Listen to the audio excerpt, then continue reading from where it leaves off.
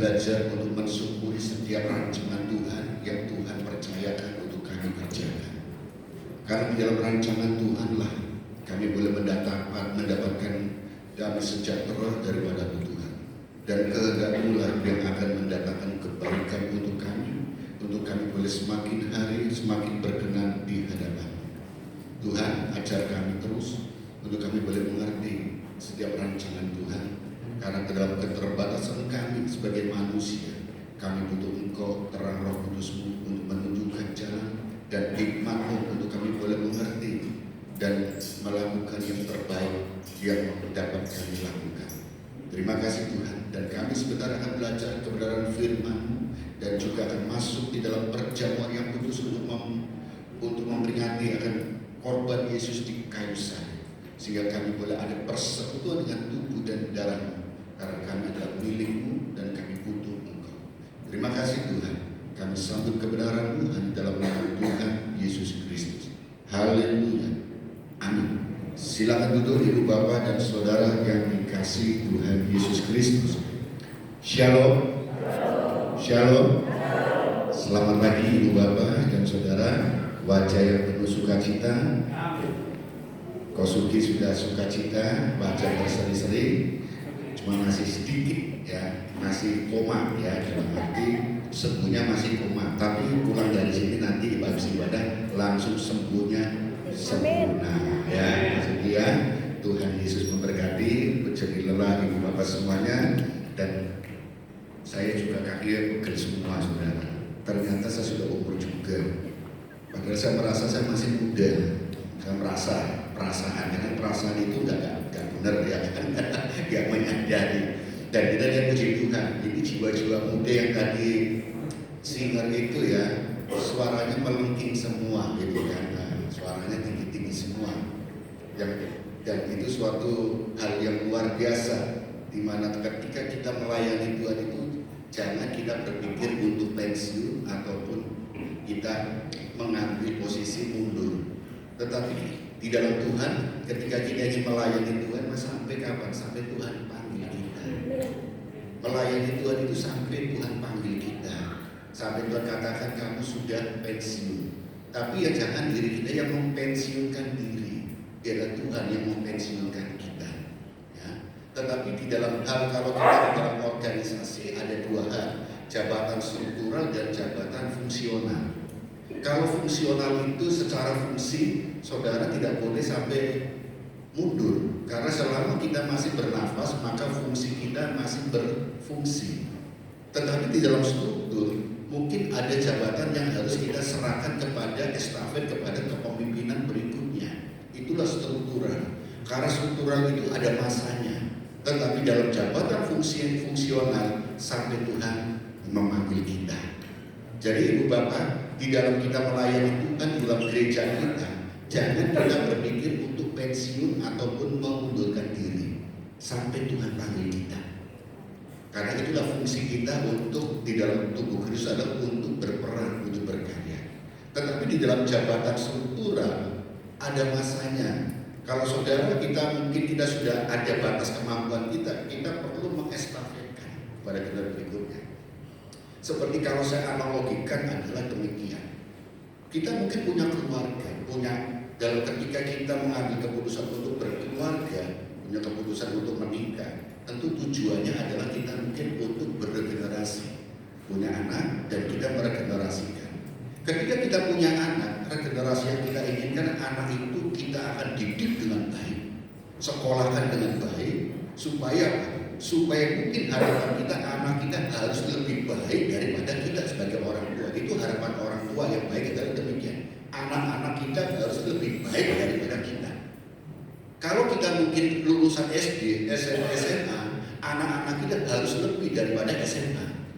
Kalau kita bekerja demikian, kita berharap anak-anak itu saya didik dengan baik, saya sekolahkan supaya masa depannya lebih baik daripada aku. Itu harapan orang tua. Demikian juga ketika kita berbicara dalam tatanan gereja ini, tentu harapan kita adalah anak-anak kita yang dipercayakan kepada kita itu harus lebih baik daripada kita. Harus lebih baik. Karena apa? Gereja itu adalah tatanan keluarga, sama dengan kita punya keluarga, punya anak-anak. Maka kita sebagai orang tua di sini, ya, orang tua kita punya anak, kita punya harapan dan kita punya tanggung jawab untuk mendidik generasi berikut kita harus lebih baik daripada kita, harus lebih baik. Dan itu adalah cita-cita kita semua bersama. Sehingga apa? Generasi yang baru ini, generasi yang akan menunda estafet, dia bisa menata dan membaca perubahan-perubahan dengan lebih baik daripada kita. Seperti kita analogikan adalah keluarga kita. Tidak ada orang tua yang ingin anak kita itu jangan melebihi kita. Tapi harapan orang tua adalah anak-anak harus bisa lebih baik daripada kita. Kalau kita punya bisnis, maka dalam estafet anak kita, maka bisnis itu semakin berkembang lebih lagi dan lebih lagi. Dan kita punya harapan, gereja kita juga demikian.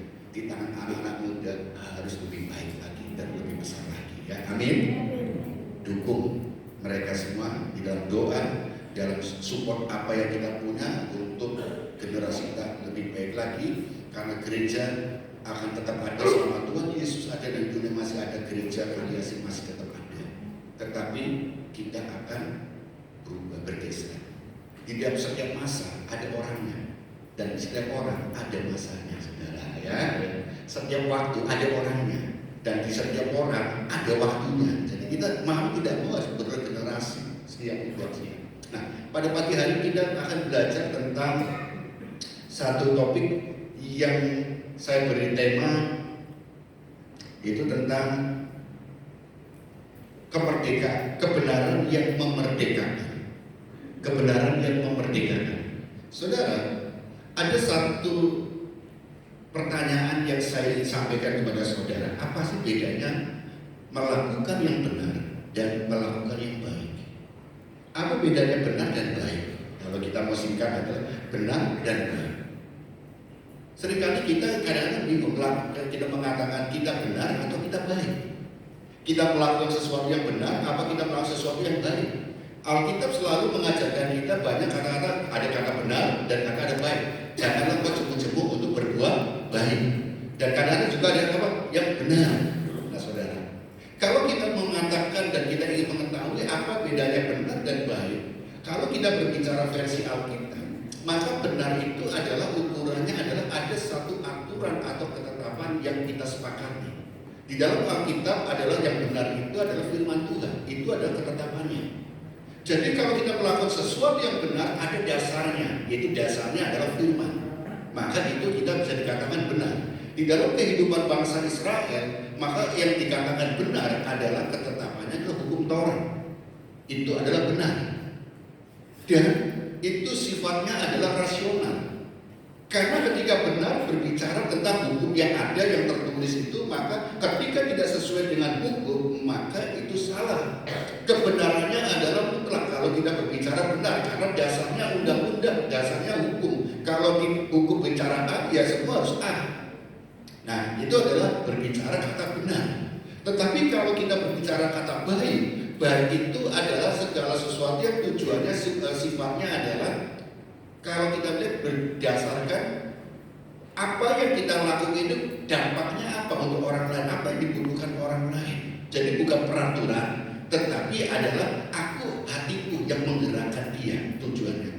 Sehingga ketika dia mungkin orang yang sakit, orang yang lapar, saya kasih makan. Kadang ada orang yang mengatakan, orang yang berbuat baik itu walaupun ini makanan ini rusak dan atau apapun mungkin yang katakan yang sudah dipersembahkan berhala, tetapi ada orang lapar, kita kasih makan itu tujuan kita supaya dia tidak kelaparan, tidak mati. Itu baik. Maka sifatnya dan juga berbicara adalah bukan rasionalitas tetapi kebaikan, hati nurani yang menjadi sumber belas kasihan, itulah baik. Maka kalau kita melihat Tuhan Yesus, ketika kenapa Yesus mengatakan di dalam hukum kasihlah Tuhan Allahmu dan kasih pada sesamamu, dan Yesus selalu apa? Segala sesuatu harus berbicara kasih, karena kasih itu akan menutupi segala aturan-aturan yang membelenggu. Suatu contoh, di dalam hukum Taurat ada aturan ketika pada hari Sabat tidak boleh menolong orang, walaupun dia kondisinya sakit, walaupun kondisinya parah. Pada hari Sabat tidak boleh menolong, dibiarkan aja. Tetapi Yesus katakan bahwa ketika hari Sabat itu adalah buatan manusia yang dituntut yang dibuat oleh manusia, walaupun sumbernya adalah mereka katakan hukum Allah, tetapi hari Sabat itu bukan 10 perintah Allah. Hukum hari Sabat itu adalah budaya yang proses penciptaan pada hari ke-7 istirahat. Hari Sabat itu yang dirayakan oleh bangsa Israel, tapi itu bukan perintah Allah, bukan. Tetapi yang diberikan untuk kita untuk istirahat, waktunya untuk Tuhan. Tetapi bangsa Israel, orang-orang Yahudi menggunakan itu untuk secara literals untuk tidak melakukan kegiatan apapun walaupun dari sisi kemanusiaan. Ketika Yesus melihat hal ini, Yesus memberi contoh. Ketika di Sabat ada orang sakit, tolong. Karena apa? Kita harus berbuat baik kepada mereka. Biar lewat kebaikan yang kita tanamkan, yang kita lakukan, dibaca oleh semua orang. Karena perintah Tuhan adalah kita mengasihi dan hendak engkau berbuat baik. Baik itu tujuannya menolong orang lain. Walaupun apa yang kita lakukan kadang itu tidak sesuai, mungkin dipelanggar. Dan disitulah Tuhan katakan, aku tetap mengampuni engkau. Ada satu hal yang bisa menghapus semuanya adalah Allah yang Maha Pengampun. Jadi ketika kita lakukan, mungkin kita diperhadapkan dengan situasi kondisi orang ini butuh pertolongan, tetapi satu saat ini Tuhan memberikan suatu kompensasi yang lakukan. Dan ketika kamu lakukan, kamu nyadar salah, kamu tak ampun sama Tuhan. Karena apa? Kita menjadi garam dan terang di dunia ini. Karena manusia terbatas, tidak akan sempurna. Kalau kita melakukan hukum-hukum dengan benar dan terleks, maka segala sesuatu kita hidup itu di dalam satu kehidupan rokok yang diatur oleh settingan-settingan yang lain, setelan-setelan. Maka kita akan Tuhan katakan kita ini sebagai apa? Kita ini seperti wayang yang dikendalikan oleh hukum-hukum. Tetapi Tuhan kata kita ini bukan wayang, kita ini bukan robot, tetapi kita diberikan hak bebas, free will untuk kita lakukan. Nah, saudara, di dalam kebenaran firman Tuhan,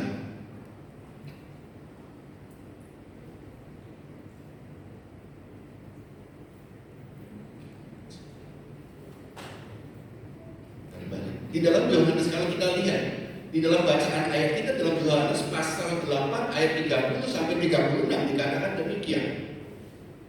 Setelah Yesus mengatakan semuanya itu, banyak orang percaya kepadanya. Maka katanya kepada orang-orang Yahudi yang percaya kepadanya, jika kamu tetap dalam firman-Ku, kamu benar-benar adalah murid-Ku, dan kamu akan mengetahui kebenaran, aletheia. Dan kebenaran, saya katakan aletheia ini, akan memerdekakan kamu. Jawab mereka, kami adalah keturunan Abraham dan tidak pernah menjadi hamba siapapun. Bagaimana engkau dapat berkata kamu akan merdeka? Kata Yesus kepada mereka, aku berkata kepadamu, sesungguhnya setiap orang yang berbuat dosa adalah hamba dosa.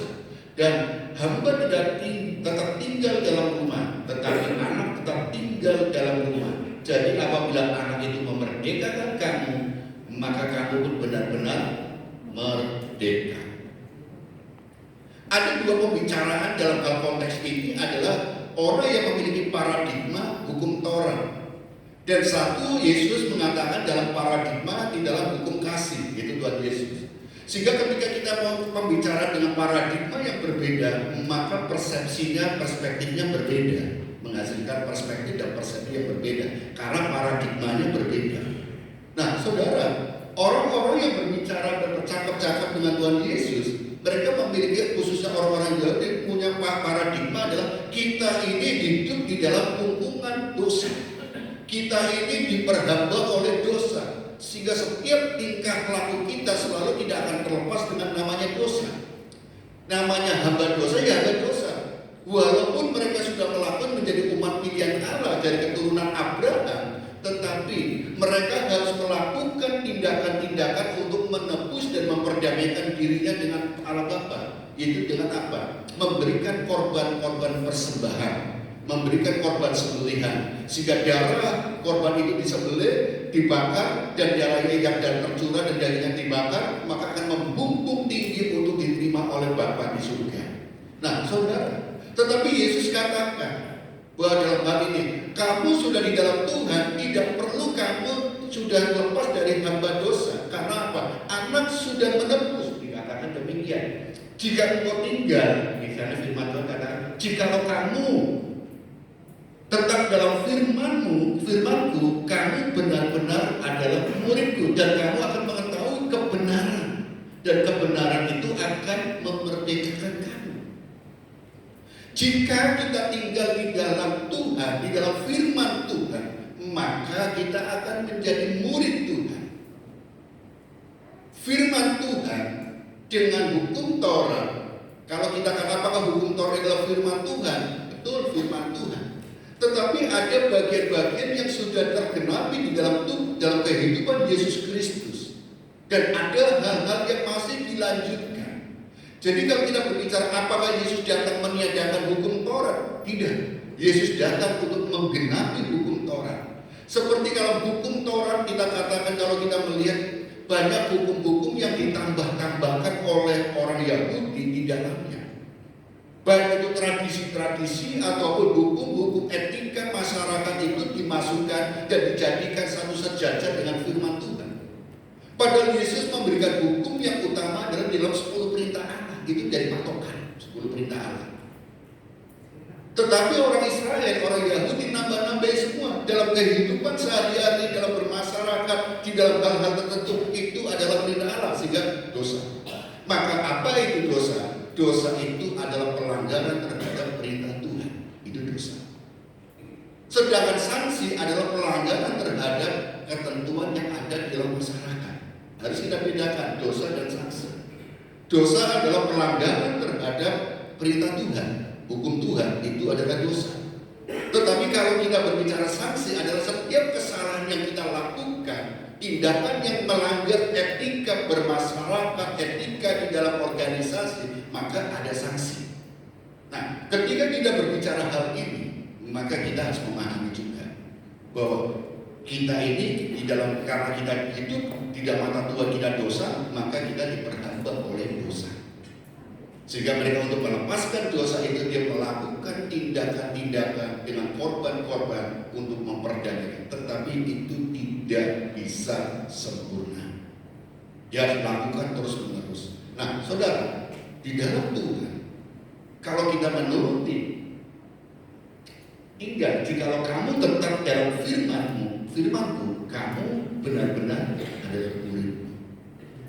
Maka ketika Yesus mengajarkan tentang firman Tuhan, mengajarkan tentang Injil kepada umatnya, maka yang menjadi patokan kita adalah Injil. Karena Injil itu intisari daripada penggenapan daripada perjanjian lama. Intisarinya dimasukkan ke Injil semua. Mana yang masih diperlanjutkan dan mana yang sudah tergenapi. Maka kita berpegang apakah orang Kristen sudah mengabaikan perjanjian lama? Tidak.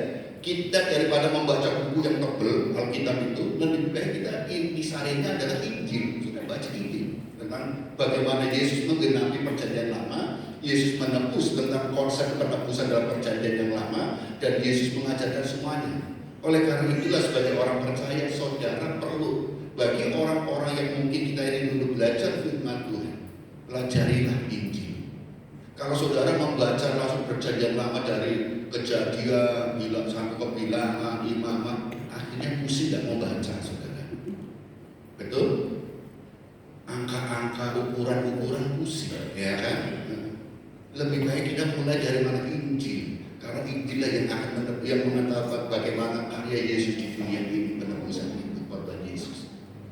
Nanti kalau kita sudah kuat basic kita Injil itu, baru kita mau ingin tahu sejarahnya apa sih, latar belakangnya apa, mari kita berlaku ke belakang, ke perjanjian yang lama. Kalau saudara belum apa-apa langsung membaca perjanjian lama, baca ngantuk langsung. Coba aja. Maka kadang kita itu salah di dalam kita strategi membaca. Bacalah dulu Injil, itu adalah intisari dari keselamatan di situ. Baru ketika kita ingin tahu kenapa kok muncul ayat ini, kenapa ini, baru kita pelajari ke belakang. Pelajari ke belakang. Oh ini toh sejarahnya, oh ini toh sejarahnya. Sehingga kita ini. Tetapi kadang-kadang orang lebih senang ketika perjanjian lama dibaca. Yang paling senang adalah ketika membaca tentang kitab Kidung Agung, saudara. Kidung Agung untuk puji-pujian itu, kalau untuk orang yang baru mesra-mesraan senang, saudara, gitu kan. Terus Pokoknya kata-kata yang erotis muncul di situ, ya kan? Wah, kalimat-kalimat rayuan-rayuan itu. Jadi orang-orang yang sebenarnya kalau dia nggak romantis, suruh baca Kidung Agung nanti jadi romantis, saudara. Jadi kalau kita bojoku nggak romantis itu kalau ngomong ini, nggak apa, suruh baca Kidung Agung nanti jadi romantis. Baca di kamar bareng-bareng, suruh bersuara. Itu kan suatu puji-pujian kepada pasangan yang masing-masing. Itu kan suatu hal yang romantis. Nah, kita kembali kepada kebenaran. Kamu akan mengetahui kebenaran, dan kebenaran di Aletheia itu akan memerdekakan kamu. Dampak daripada kita tinggal di dalam firman Tuhan, kita bersama dengan firman Tuhan.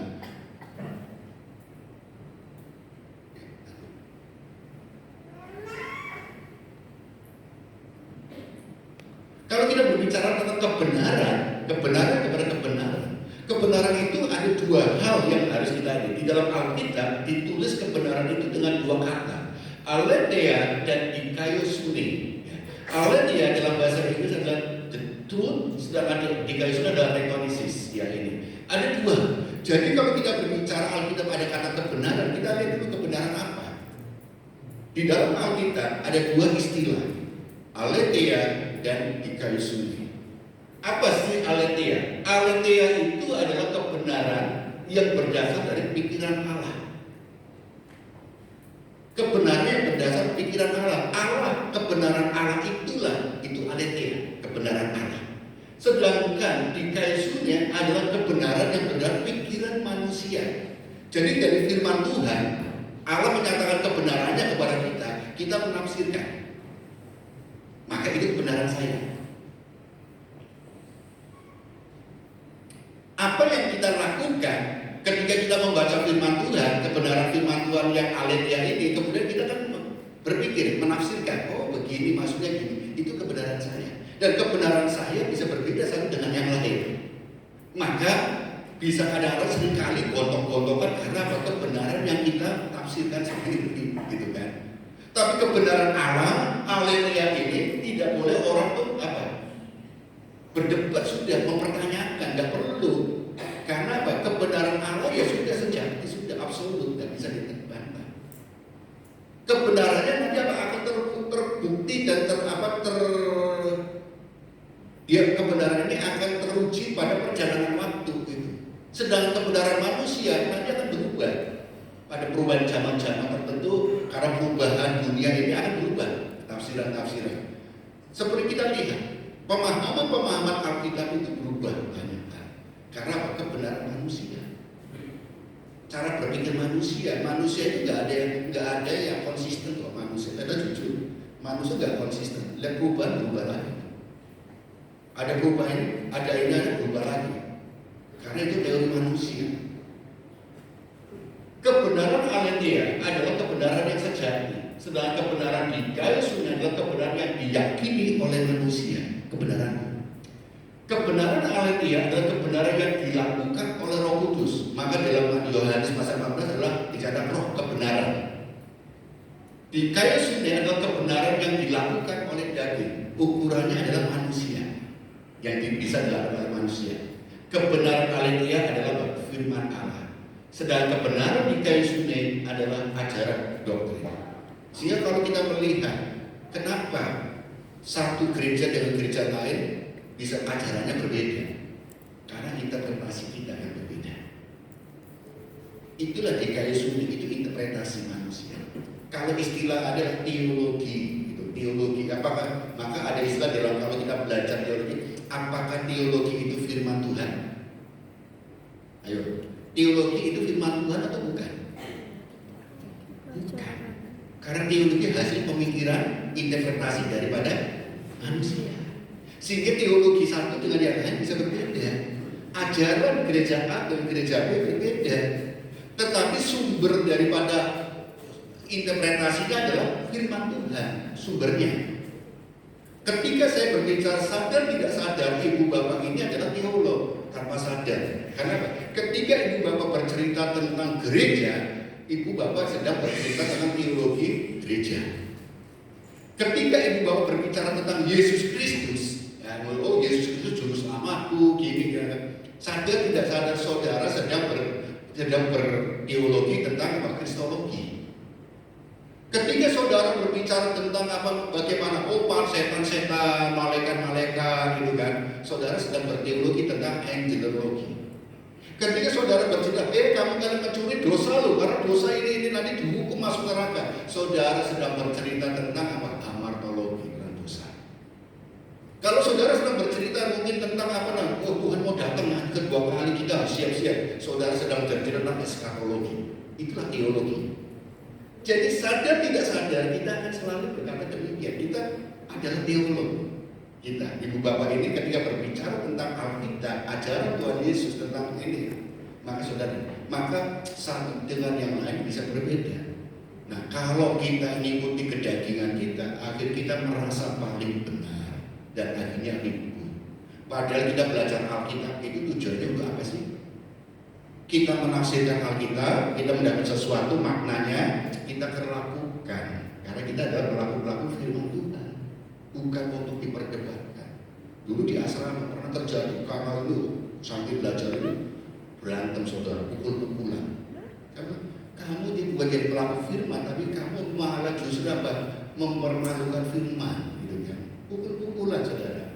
Nah, itu nanti teologi itu akan berkembang dan akhirnya pada suatu ketika akan tertinggal. Nah, karena apa? Teologi itu akan dipengaruhi oleh lingkungan, konteks dan juga waktu. Itu akan dipengaruhi. Nah, saudara, ini. Dan lagi saudara. Nah, ketika kita tinggal di dalam kebenaran aletheia Tuhan, maka dia adalah murid Kristus. Jadi saudara, siapakah kita ini? Kenapa kita harus senantiasa menyenangi firman Tuhan? Kenapa kita harus membaca firman Tuhan? Karena kita adalah murid-murid Tuhan. Jadi kalau orang kita mengaku kita murid Tuhan tapi kita tidak mencintai firman Tuhan, maka jangan kita sebut murid. Bagaimana kita murid itu sesuai dengan gurunya? Guru kita itu siapa? Kalau kita mengatakan kita ada guru kita Yesus Kristus, teladanku adalah Yesus Kristus, maka kamu harus mencintai Yesus Kristus. Untuk kita mengetahui Yesus Kristus adalah firman-Nya. Oh, nggak perlu. Saya itu lebih daripada membaca firman-Nya, saya lebih baik datang ke ini dengar khotbah-khotbah aja di YouTube segala macam. Bukan, kamu berarti kalau kamu dengar di YouTube di khotbahnya pendeta A, abad Tuhan B segala macam, kamu bukan muridnya Kristus, tapi muridnya Dia. Kalau ibu bapak hanya senang mendengar khotbah saya, saudara bukan muridnya Tuhan, murid saya. Karena saya ngajar, ya kan? Tapi saudara adalah murid Kristus jika saudara mencintai firman. Dan nanti tinggal firman Tuhan itu adalah apa yang saya ajarkan itu saudara uji. Apakah ajaran saya benar atau keliru? Ya itu baru ini, diuji lagi. Karena manusia itu bisa salah. Suatu ketika saya berterima kasih, saya mengisi sesuatu di dalam ini ibadah 2 minggu yang lalu. Saya ketika saya membaca firman Tuhan dan nyampaikan, kemudian ada istilah saya Pentakosta. Kemudian Pentakosta saya sebut hari yang ke-40 karena saya menghitungnya beda. Setelah dilihat ada yang koreksi saya, itu hari yang ke-50. Setelah oh iya betul 50. Saya terima kasih karena walaupun saya pendeta, saya dosen, tetapi saya juga manusia bisa salah. Dan itu perlu koreksi. Nah, dari siapa? Orang yang belajar itu bisa mengkoreksi sehingga saya tidak menjadi orang yang tersesat.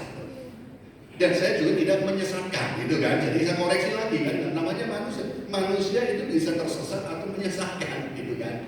Nah itu, maka butuh orang lain untuk cek itu perlu pentingnya itu. Karena ajaran itu tidak jadi suatu kebenaran yang mutlak. Ajaran itu adalah kebenaran relatif yang berbeda-beda. Nah, ini saudara, ia adalah murid Kristus. Yang kedua, kamu akan mengetahui kebenaran Allah. Dan yang ketiga, kebenaran akan menuntun kepada kemerdekaan. Kita akan pelajari satu persatu. Ya. Menjadi murid Kristus. Di dalam Yohanes pasal 14 ayat 15 sampai 18 katakan demikian. Jikalau kamu mengasihi aku, kamu akan menuruti segala perintahku. Aku akan minta kepada Bapa dan Ia akan memberikan kepadamu seorang penolong yang lain supaya Ia menyertai kamu selama-lamanya, yaitu Roh kebenaran. 2 Dunia tidak dapat menerima dia, sebab dunia tidak melihat dia dan tidak mengenal dia, tetapi kamu mengenal dia, sebab ia menyertai kamu dan akan diam di dalam kamu. Aku tidak akan meninggalkan kamu sebagai yatim piatu. Aku datang kembali kepadamu. Perhatikan, ya kan, ini tak perlu. Jikalau kamu mengasihi aku, kamu akan menuruti segala perintah. Orang yang mengasihi Tuhan, maka dia akan mengasihi dan mencintai firman-Nya. Seperti contoh kita. Ayo ibu bapak saya bawa ke belakang. Ketika ibu bapak belum menikah, masih waktunya pacar-pacaran lah. Zaman dulu kan seperti sekarang, pakai WA. Dulu kan surat menyurat, ya kan? Ya Jendri ya. Suratnya berapa tuh sih? Dulu waktu gini-gini lah, deket-deket lah. Dulu ketika kita mungkin, waktu zaman dulu kita baru pertama pendekatan, kita berpisah, dulu kita senang titip surat segala macam. Surat itu dikumpulkan. Nah, sampai ketika surat-surat cinta itu yang dikirim oleh orang yang kita cintai, kita terima, kita selalu baca terus. Sampai titik komanya kita hafal semuanya suratnya. Berapa lembar pun kita hafal. Karena ketika aku membaca surat ini, aku membayangkan aku sedang bercengkerama bersama dengan orang yang kita cintai. Mungkin pacar kita atau yang sudah menjadi suami kita. Kita akan baca terus. Walaupun kita itu sendiri, aku kangen baca suratnya dan seperti apa kangennya terobati. Ketika kalian jadi surat itu akan taruh di bawah bantal, kita baca terus menerus sampai dapat sampai ucap pun tidak apa-apa surat itu. Hafal suratnya sampai akhirnya ditumpuk. Ada yang kalau orang yang kreatif itu yang ini didokumentasikan surat-surat cinta itu. Karena apa? Surat itu mewakili orang yang kita cintai. Demikian juga kalau kita mencintai Tuhan, mengasihi Tuhan, maka apa? Surat-surat cinta itu, surat-surat yang daripada Tuhan itu, yaitu firman Tuhan, kita rindu untuk membacanya. Nah, ketika kita rindu membaca, seperti kita sedang apa? Bercengkerama, sedang bermadu kasih dengan kekasih kita. Nah, saudara, seorang murid akan sama seperti dengan gurunya. Maka saya senang istilah murid, karena murid itu dalam kata disciple. Ketika tidak berbicara murid disciple, maka ada unsur pendisiplinan. Dan murid itu selalu belajar, selalu diajari terus, diajari. Dan dalam seorang murid akan apa istilah murid itu ada kerendahan hati. Orang kalau rendah hati itu akan selalu apa? Merasa aku tuh belum mampu, belum bisa. Dan itu akan belajar dan belajar dan belajar. Saudara, dari pengalaman saya belajar kebenaran firman Tuhan, saya sekolah Alkitab segala macam. Semakin kita belajar Alkitab, semakin kita katakan, aku kok banyak yang gak ngerti. Karena apa? Ada penyikapan baru. Kalau kita hanya belajar buku-buku teologi, maka ya buku-buku teologi yang kita baca, makanya kita dapatkan teologi ini begini-begini dan mereka berkembang. Tapi kalau kita membaca firman Tuhan, walaupun kita terbatas pengetahuan kita bukan orang yang sarjana, dokter segala macam, tetapi kita duduk di kaki Tuhan, mohon pimpinan Roh Kudus, maka banyak hal yang disingkapkan baru untuk kita. Rahasia-rahasia itu kebenaran itu akan disingkapkan. Jadi ibu bapak, ketika suatu ibu bapak mencintai firman Tuhan, duduk di kaki Tuhan, saudara di dalam posisi sedang apa? Sedang mengasihi surat yang sedang kita baca. Surat ini dari siapa? Itu mau memilih yang bersangkutan. Maka kita akan mendapatkan terus suatu keteduhan hati, ketenangan. Kangen kita akan hilang, terobati.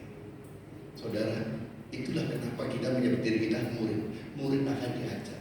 Maka saya katakan tadi dari awal daripada khotbah saya, gereja kita sama seperti dengan keluarga kita. Mau tidak mau, siap tidak siap, kita harus memuridkan. Seperti kita keluarga punya anak, kita ingin anak-anak kita ini akan apa? Kita muridkan untuk mengestafetkan selanjutnya di keluarga kita. Aku menikah, tujuan kalau Tuhan percaya pasti punya tujuan punya anak. Kalau kita nggak menikah, mungkin kita punya anak angkat atau apa. Tujuannya adalah supaya anak angkat saya itu bisa mewarisi mungkin bisnis saya, meneruskan bisnis saya. Kalau kita punya anak, kita didik dengan baik, tujuannya supaya dia bisa melangsungkan generasi keluarga saya. Atau untuk apa? Supaya dia masa depannya lebih baik dari saya. sehingga dengan jerih lelah untuk bekerja membiayai semuanya untuk lebih baik lagi. Itulah memuridkan. Kenapa kita punya ini? Tentu kita dimuridkan oleh orang tua kita yang dulu. Terus demikian juga kita dalam hal bergereja juga demikian, kita akan memuridkan terus. Kita ada sampai hari ini karena jasa dari beliau-beliau yang telah memuridkan kita di tempat ini. Dan kita masih di sini, maka tugas tanggung jawab kita untuk memuridkan generasi berikutnya untuk mencapai apa tantangan Tuhan ke depan. Itu tugas kita. Jadi apa? Siapa yang berjasa? Semua berjasa pada eranya masing-masing. Karena ada firman Tuhan katakan, ada yang menabur, ada yang menyiram, ada yang memberi, tetapi yang menumbuhkan adalah Tuhan Yesus. Jadi peran kita adalah sama, saudara. Nah, saudara yang kasih Tuhan Yesus Kristus menjadi murid. Ketika kita tinggal di dalam firman-Nya, maka kita akan menjadi murid. Kita tahu apa yang diperintahkan Tuhan, kamu akan menuruti segala perintah. Yang kedua, Allah akan menyatakan kebenarannya. Ketika saudara, kalau kita melihat perbincangan, kalau kita memperbincangkan perbincangan, dari pengalaman saya ketika saya belajar banyak hal dan saya mengajar banyak mahasiswa-mahasiswa yang merasa dirinya sudah pintar. Kadang-kadang kejelekan atau kelemahan kita sebagai anak-anak sekolah yang belajar Alkitab adalah karena kita sudah belajar, ngerti teorinya begini, maka ketika kita mendengar khotbah seseorang, kita sudah katakan, oh khotbahnya begini, nanti larinya ke sini, khotbahnya. Ibu bapak, itu alamiah, karena kita punya pengetahuan. Tetapi pengetahuan yang kita miliki, kalau kita mengandalkan pengetahuan, justru itu menjadi penghalang kita untuk mendapatkan pernyataan Tuhan selanjutnya. Karena bagian sadar tidak sadar kita katakan, oh korbannya begini, nanti korbannya larinya ke sini. Sadar tidak sadar kita mengatakan, Tuhan gak usah berfirman lagi Tuhan, aku ngerti kok. Tuhan gak usah ngomong lagi, Tuhan gak usah berfirman, aku sudah tahu, sudah cukup. Saudara, ketika kita berkata demikian, Tuhan tidak akan bilang untuk berbicara. Ingat peristiwa bangsa Israel. Antara masa perjanjian lama dan perjanjian baru itu ada masa sekitar 350 tahun Allah tidak berbicara. Karena bangsa Israel tegak teguh. Tuhan tidak berbicara. Dan apa yang ketika Tuhan tidak berbicara? Kegelapan dunia. Saudara, kalau sudah mengatakan demikian dan Tuhan tidak berbicara kepada saudara, hidup saudara akan selalu gelap dan gelap. Tidak ada cahaya satu sedikit. Kalau saudara membaca firman Tuhan, belajar firman dengan cara kita sebagai seorang murid yang merasa perlu dicukupkan, daya tampung kita harus dicukupkan terus-menerus, maka kita akan semakin penuh dan penuh. Kita mengerti rahasia-rahasia kebenaran firman Tuhan akan disingkapkan kepada kita, dan kita bukan lagi seorang hamba, tetapi kita adalah seorang sahabat, saudara. Kalau di dalam kita baca di Yohanes pasal 15, kita ini bukan lagi disebut seorang hamba, tetapi kita adalah seorang sahabat. Nah, ketika kita menjadi seorang sahabat, maka kita akan bisa mengerti banyak hal.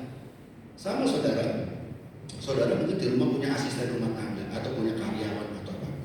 Pertama kali karyawan ataupun asisten rumah tangga kerja ke kita, dia orang lain, bukan saudara, bukan apa. Kita pasti akan menjaga tidak semua rahasia keluarga kita ceritakan kepada mereka, betul? Tidak akan. Hal-hal yang kerjaan aja yang kita tahu. Rahasia perusahaan pun tidak kita ceritakan semuanya. Tetapi di dalam perjalanan waktu, ketika hamba yang bekerja dengan kita itu setia, dapat dipercaya, kita bisa melihat kehidupannya bagaimana, dapat dipercaya perjalanan waktu. Kita bukan lagi menganggap dia ibu, tapi kita nggak mau dia jadi sahabat. Kita mulai mencurhat cerita-cerita tentang kerjaan yang dulu dia dapat mengelola ini, mulai dibukakan rahasia perusahaan, dikit-dikit ya kan. Atau di rumah tangga, di keluarga kita mulai diceritakan mungkin curhatan kita, isi hati kita, cerita, mulai dipercaya keuangan, apa mulai. Dia bukan lagi hamba, tetapi jadi sahabatku, tempat kita bercerita di rumah. Bahkan sampai dia itu mungkin cuti, kita pengen kok gak mulai-mulai, gak balik-balik, kan gitu kan kita kangen. Itulah sahabat. Dari seorang hamba menjadi sahabat, ada kerinduan. Demikian juga kalau kita di hadapan Tuhan, kalau kita mengatakan aku ini hamba Tuhan, aku ini hamba. Saudara, kalau hamba itu hukumnya adalah taat. Saudara jangan bangga berpuas diri untuk jadi hamba. Berpuasa kalau saudara diangkat menjadi sahabat Allah. Karena saudara bisa menangkap setiap rahasia Tuhan.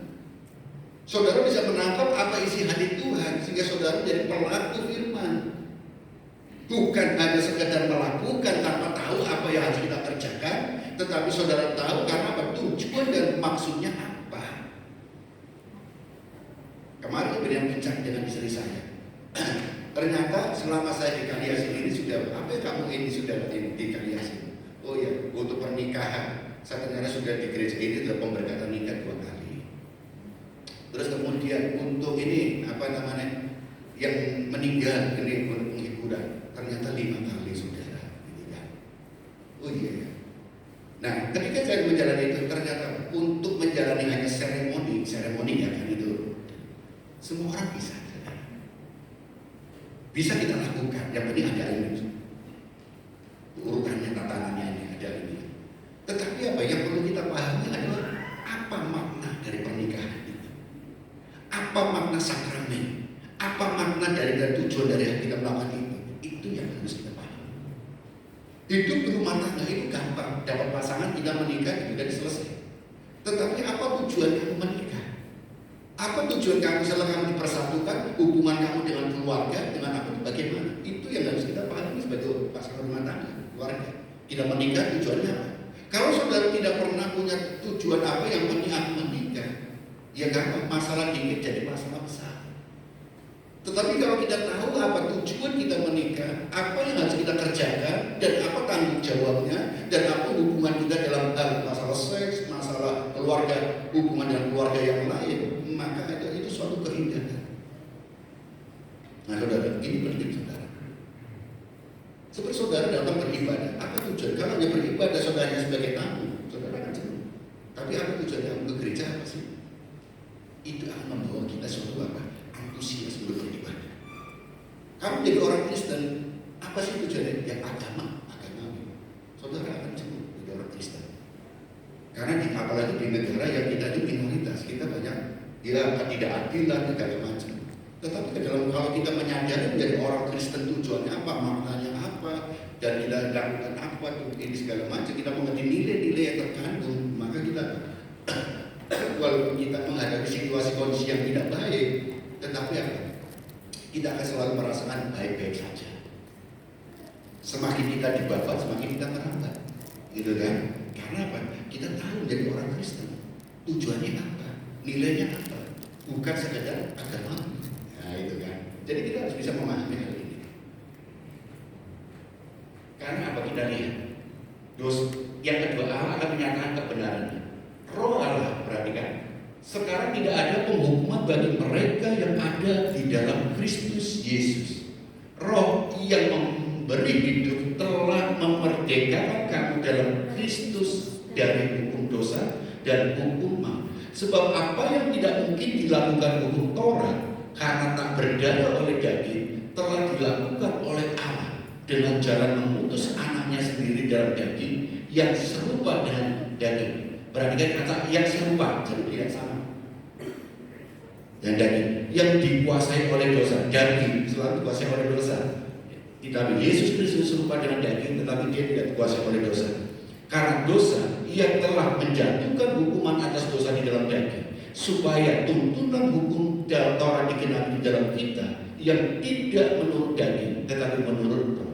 Sebab mereka yang hidup menurut daging memikirkan hal-hal yang dari daging, mereka yang hidup menurut roh memikirkan hal-hal yang dari roh. Bagaimana kita ini? Roh Allah, roh kebenaran akan menuntun kita kepada kebenaran. Maka saudara, kita ini jangan khawatir aku tidak bisa apa-apa. Kalau saudara duduk rendah dan kita merendahkan kaki Tuhan dan kita punya kehausan dan saudara mencintai firman Tuhan, gak usah bingung saudara harus belajar. Aku gak punya sekolah Alkitab, aku gak usah. Kerendahan hati saudara merasa haus dan lapar akan firman Tuhan, Tuhan akan cukupkan kita, akan kenyangkan kita. Sesuai dengan apa? Penafsiran kita, kemampuan kita. Saudara tidak akan bisa langsung gak punya pendidikan apapun terus bisa berteologi luar biasa, tidak. Tetapi saudara Tuhan akan pakai saudara menyingkapkan semua rahasia Tuhan itu, kebenaran Tuhan itu sesuai dengan kapasitas kita. Ingat, Petrus, Markus. Petrus itu adalah seorang nelayan, kasar. Beda kalau saudara membaca Alkitab, surat yang ditulis oleh Petrus dengan Paulus itu berbeda. Paulus karena dia memiliki latar belakang seorang teolog, ahli Taurat, maka ketika dia mendapat pewahyuan dari Tuhan, kebenaran Allah yang disikapi kepada Paulus, dia bisa dengan gamblang, dengan teologis memberitakan, dengan background dia ahli Taurat, menceritakan semuanya, sehingga kaya dengan teologi, ajaran-ajaran luar biasa. Petrus karena dia seorang kasar, seorang nelayan yang tidak punya pendidikan ini, dia menjelaskan dengan sederhana saja. Dan itu Tuhan akan pakai kita di dalam ranah-ranah tertentu. Jadi saudara jangan minder, aku gak punya pendidikan. Gak usah saudara. Kalau saudara gak punya pendidikan, saudara punya apa? Kalau saudara punya hati kerinduan, Tuhan akan pakai saudara di lingkungan saudara, di mana Tuhan akan pakai. Saya punya keyakinan, kalau Tuhan mau pakai kita, Tuhan akan mengkapi kita. Kalau kita akan diutus di kota, gak mungkin kita dikasih campur.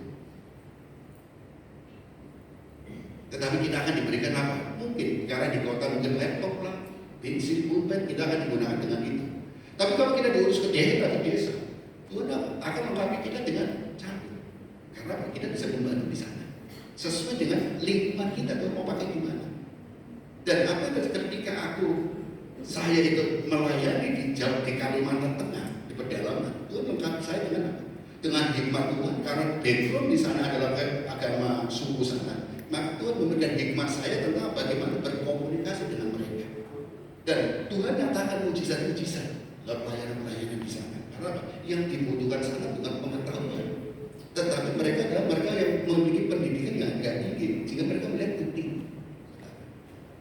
Jadi saudara, ibu bapak semuanya, jangan merasa minder. Aku gak bisa apa-apa. Kalau saudara membuka hati dan Tuhan inilah aku, Tuhan akan mengkapi saudara. Di sini membuka banyak lowongan pelayanan. Ambil bagian pelayanan, bisa berdoa belakang mimbar di mana? Itu adalah bagian kita. Lakukan di sekolah minggu, anak-anak yang mencintai anak-anak, semua ambil bagian. Karena kita ada keluarga. Kalau bukan kita yang melayani generasi kita, siapa? Kalau bukan kita yang melayani rumah kita, yang bekerja di rumah kita, siapa yang akan bekerja? Karena kita adalah yang punya rumah ini, yang percayakan di tempat ini. Kita membaca dalam pelayanan. Itu penting saudara. Kita ini apa? Tuhan menyatakan kebenaran kepada kita. Karena Tuhan sudah sama. Karena ketika Tuhan ingin menyelamatkan kita, Tuhan nggak melihat dengan posisi sebagai Allah. Kita akan bisa kata, Yesus Allah kok mampu melakukan itu. Tapi Yesus sama dengan kita manusia, tetapi tidak serupa dengan daging. Karena dia tidak punya buat dosa. Sehingga dia lakukan haus, lapar, dia lapar. Sakit-sakit, tetapi dia bisa ingin menunjukkan, aku memerintahkan kamu perintah yang baru. Aku sebagai manusia, sebagai daging, bisa, kamu bisa. Itulah kesamaan kita, saudara. Nah, saudara, selanjutnya kita lihat. Nah, keadaan hidup manusia yang ada di dalam roh dan di dalam hukum Taurat.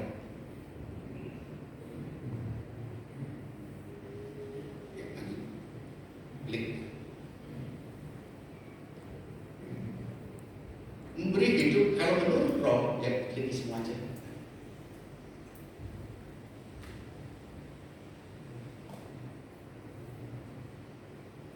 Jika kalau keadaan hidup manusia menurut roh, maka akan memberi hidup menurut tuntunan Roh Kudus. Saudara, pada masa lalu belum ada firman Tuhan yang tertulis Alkitab, tapi Roh Kudus lah yang menuntun kita. Sehingga kalau kita katakan, kok nggak ada firman Tuhan, dulu nggak ada Alkitab, belum tertulis. Apa? Roh Kuduslah yang menuntun kita. Maka kalau kita hidup, kita ini sesuai dengan menurut roh, maka hidup kita akan selalu dituntun oleh Roh Kudus, bukan oleh roh-roh yang lain, atau bukan menurut hati nurani kita, tetapi Roh Allah yang akan menuntun kita. Jadi ibu bapak dan saudara, kita itu punya Roh Kudus. Roh sudah dicurahkan peristiwa kota Yerusalem. Dan saudara yang membuka hati, ada Roh Kudus di dalam hati saudara. Tinggal kita apa? Perbesar kapasitasnya. Jangan kita perkecil kapasitasnya roh, tetapi daging kita yang diperbesar. Kalau daging diperbesar, nanti kedagingan saudara, dan hipertensi nanti, ya kan? Selalu ingin daging, keinginan-keinginan. Kalau saudara dipimpin oleh roh, maka kita selalu mencintai Tuhan. Apa yang Tuhan perintahkan, itu yang jadi kerinduan kita. Memikirkan kebenaran Allah, selalu memikirkan perkara-perkara yang di atas, selalu memikirkan sesuatu yang kekal, selalu memikirkan apa dalam hidup kita semua adalah titipan. Maka selalu saya katakan, kemarin saya berbincang-bincang dengan habis doa pagi dengan Rokia, dengan Cisya. Bagaimana kita di hadapan Tuhan membedakan antara kita ini melayani Tuhan atau melayani pekerjaan Tuhan. Harus kita bisa membedakan. Kita ini melayani Tuhan atau melayani pekerjaan Tuhan. Kalau kita melayani Tuhan, maka Tuhan itulah yang harus kita layani. Apa maunya Tuhan? Maka waktu kita, Tuhan menginginkan hidup kita. Maka hidup kita harus kita serahkan pada Tuhan. Harus serahkan pada Tuhan. Itu melayani Tuhan. Lewat persekutuan, ibadah, baca firman, itu adalah melayani Tuhan. Dan ketika kita melayani Tuhan, Tuhan akan memberikan perintah-perintah kepada kita. Dan perintah itulah yang disebut kita melakukan pekerjaan Tuhan. Keluarga.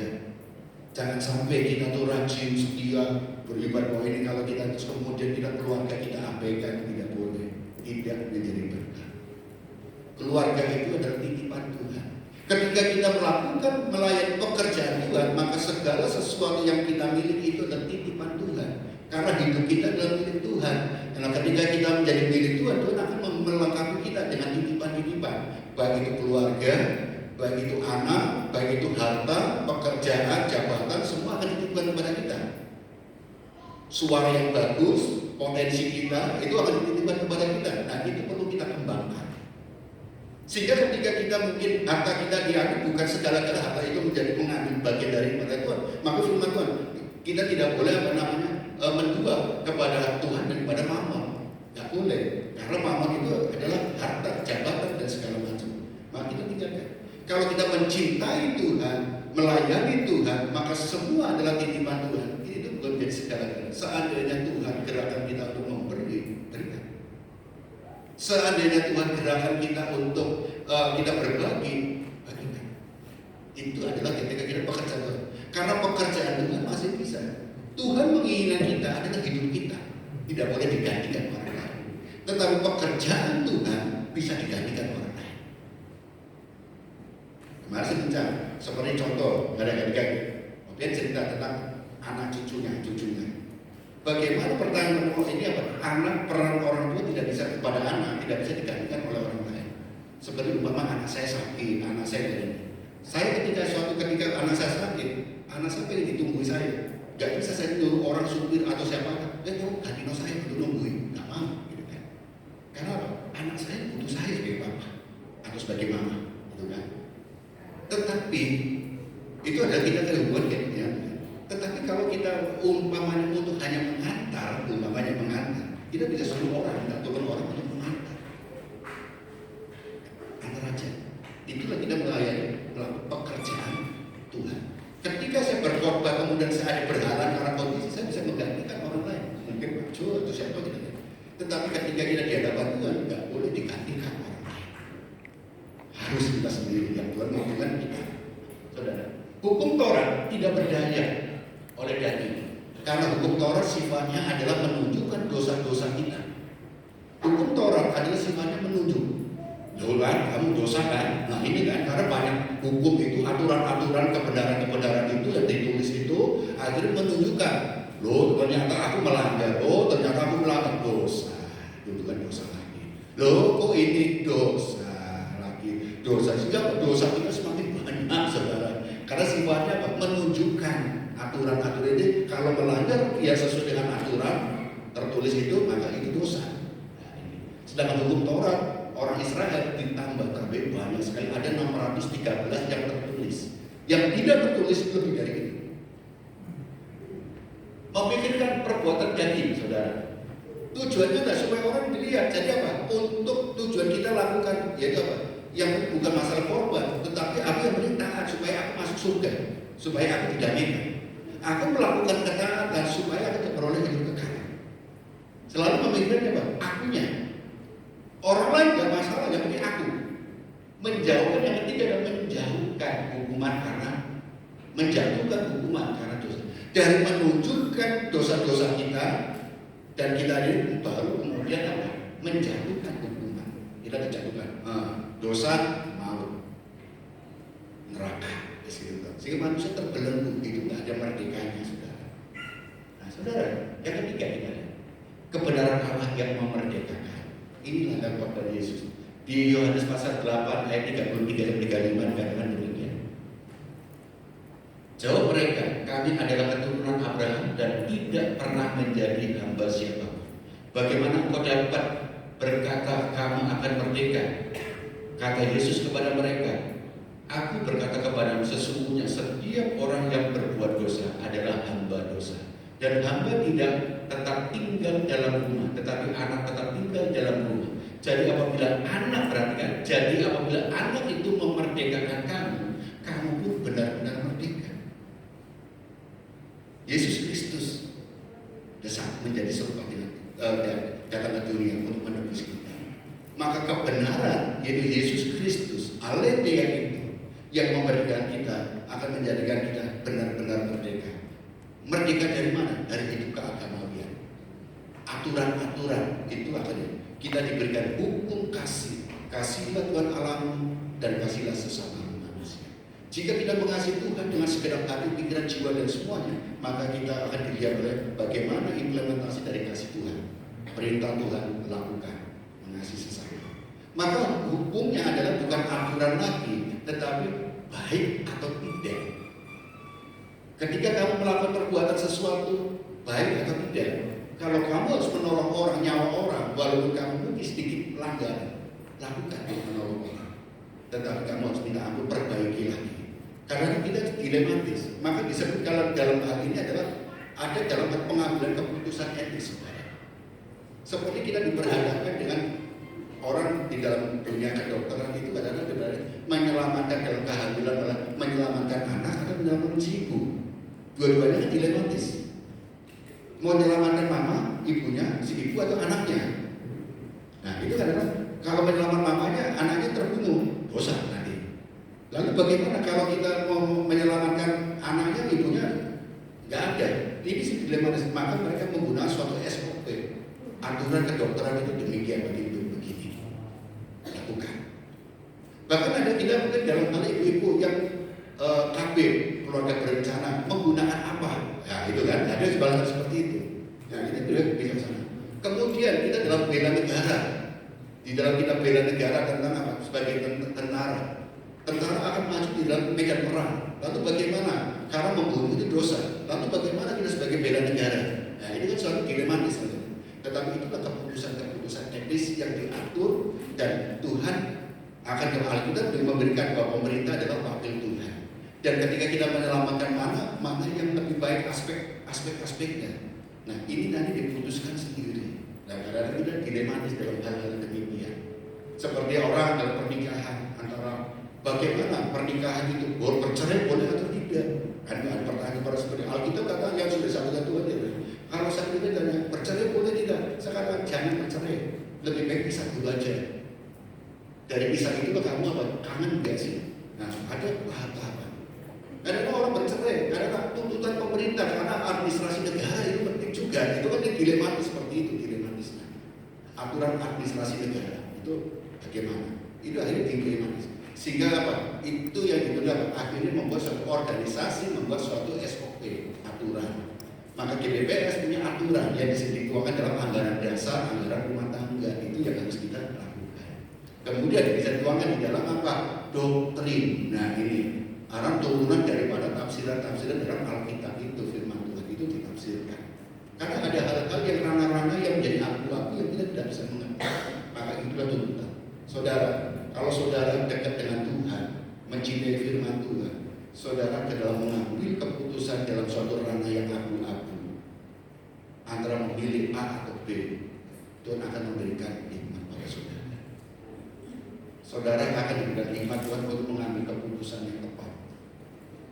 Dan kita lihat saudara, selanjutnya, perhatikanlah, renungkan. Di dalam Injil Matius pasal 5 ayat 10, berbahagialah orang yang dianiaya oleh sebab kebenaran. Kebenaran itu terus kata di kayu sulih, karena mereka lah yang mempunyai kerajaan surga. Di dalam kita melakukan kebenaran yang kita yakini, kenapa kok kita teraniaya? Kenapa ada orang Kristen teraniaya seringkali? Ya kan? Kita sudah melakukan apa yang ini, kenapa kita teraniaya? Saudara, ya, yakin ya? Karena seringkali karena kita tidak punya hikmat Tuhan. Kesusahan David dalam menjalankan ajaran seringkali muncul karena kurangnya hikmat Allah dalam mengerjakannya. Kita disuruh untuk bersaksi, tapi kita bersaksi dengan hantam promo tanpa hikmat Tuhan, sehingga kita menjadi menderita dimusuhi oleh orang lain. Kita diberi hikmat Tuhan, gunakanlah hikmat Tuhan itu di dalam kita menyampaikan kebenaran. Ketika kita memiliki kebenaran yang kita yakini di kayu sulih, dengan hikmat Tuhan, komunikasikanlah dengan baik supaya tidak terjadi perdebatan dan permusuhan. Seringkali terjadi permusuhan, seringkali kesusahan, penderitaan karena apa? Kitanya sendiri tidak ada hikmat Tuhan. Maka saudara, itulah pentingnya Roh Kudus untuk memberikan hikmat kepada kita. Kita diberikan akal, kita diberikan suatu hikmat oleh Tuhan untuk apa? Untuk mengkomunikasikan. Gereja Tuhan, Gereja Kaliasin, kita ini, saya yakin semuanya adalah orang-orang yang bisa menceritakan kebenaran-kebenaran. Tapi ketika kita menceritakan kebenaran tanpa hikmat Tuhan, maka akhirnya dampaknya kepada intimidatif, saling menghakimi satu dengan yang lain. Tapi kalau kita bisa mengkomunikasikan dengan hikmat Tuhan, kebenaran yang saya yakini ini, yang ibu bapak punya keyakinan, dikomunikasikannya dengan benar, maka akan mendatangkan damai dan berkat luar biasa untuk mereka kita. Karena walaupun kita kebenarannya bagus, ajarannya bagus, tapi caranya salah, ya benar nanti hasilnya. Harus dengan baik caranya. Kita ngajari anak dengan baik, kalau kita tujuannya baik, tapi kita caranya salah didik anak itu akan marah pada kita. Tapi tujuannya bagus, tapi caranya salah, hasilnya ya sama, gak bagus, gak maksimal. Nah, bagaimana caranya? Hikmat Tuhan. Minta hikmat Tuhan untuk bagaimana cara untuk mengkomunikasikannya. Saya tidak sering. Seringkali penginjilan, seringkali kesaksian di dalam kita menceritakan kabar baik itu jadi masalah bagi kita karena kita tidak ada hikmat Tuhan. Dan mari kita gunakan hikmat Tuhan, karena Allah itu adalah Allah yang menolong bagi kita, Roh kebenaran yang akan meningkatkan kebenaran kepada kita. Jikalau Tuhan perintahkan kita bercerita, ceritakanlah semua kabar baik. Kesaksian adalah lewat apa yang menurut kesaksian kehidupan saudara. Saudara adalah suratan Kristus yang terbuka, yang dibaca oleh semua orang. Surat itu akan dikatakan indah jika dibaca dengan enak sekali tulisan-tulisannya. Saudara bisa menceritakan kebaikan Tuhan jika saudara bisa memiliki karakter Kristus yang indah sehingga bisa dilihat oleh semua orang. Sehingga nama Tuhan, kebesaran Tuhan, kemuliaan Tuhan itu bisa dibaca, ditangkap sepenuhnya oleh Tuhan kita dan oleh saudara-saudara kita. Dan saudara-saudara kita tidak akan memusuhi kita, tetapi saudara-saudara kita, mereka justru akan menganggap kita itu saudara. Jangan lakukan perdebatan yang sia-sia, tapi komunikasikan dengan hikmat Tuhan, cara Tuhan yang baik. Nah, ibu bapak dan saudara yang dikasih Tuhan Yesus Kristus, kita sebenarnya akan masuk dalam perjamuan kudus, bersekutu dengan tubuh dan darah Yesus. Saudara, mari persiapkan hati kita bersama-sama sehingga kita boleh menjadi pribadi-pribadi yang kuat, yang senantiasa mengingat bahwa korban Yesus, tubuh dan darah Yesus adalah segala-galanya dalam hidup kita. Dan melalui kebenaran firman Tuhan akan menuntun kepada kita. Saya undang para pelayan Tuhan, baik perjamuan kudus dan juga momen musik dan singkat untuk maju ke depan, kita mempersiapkan hati semua.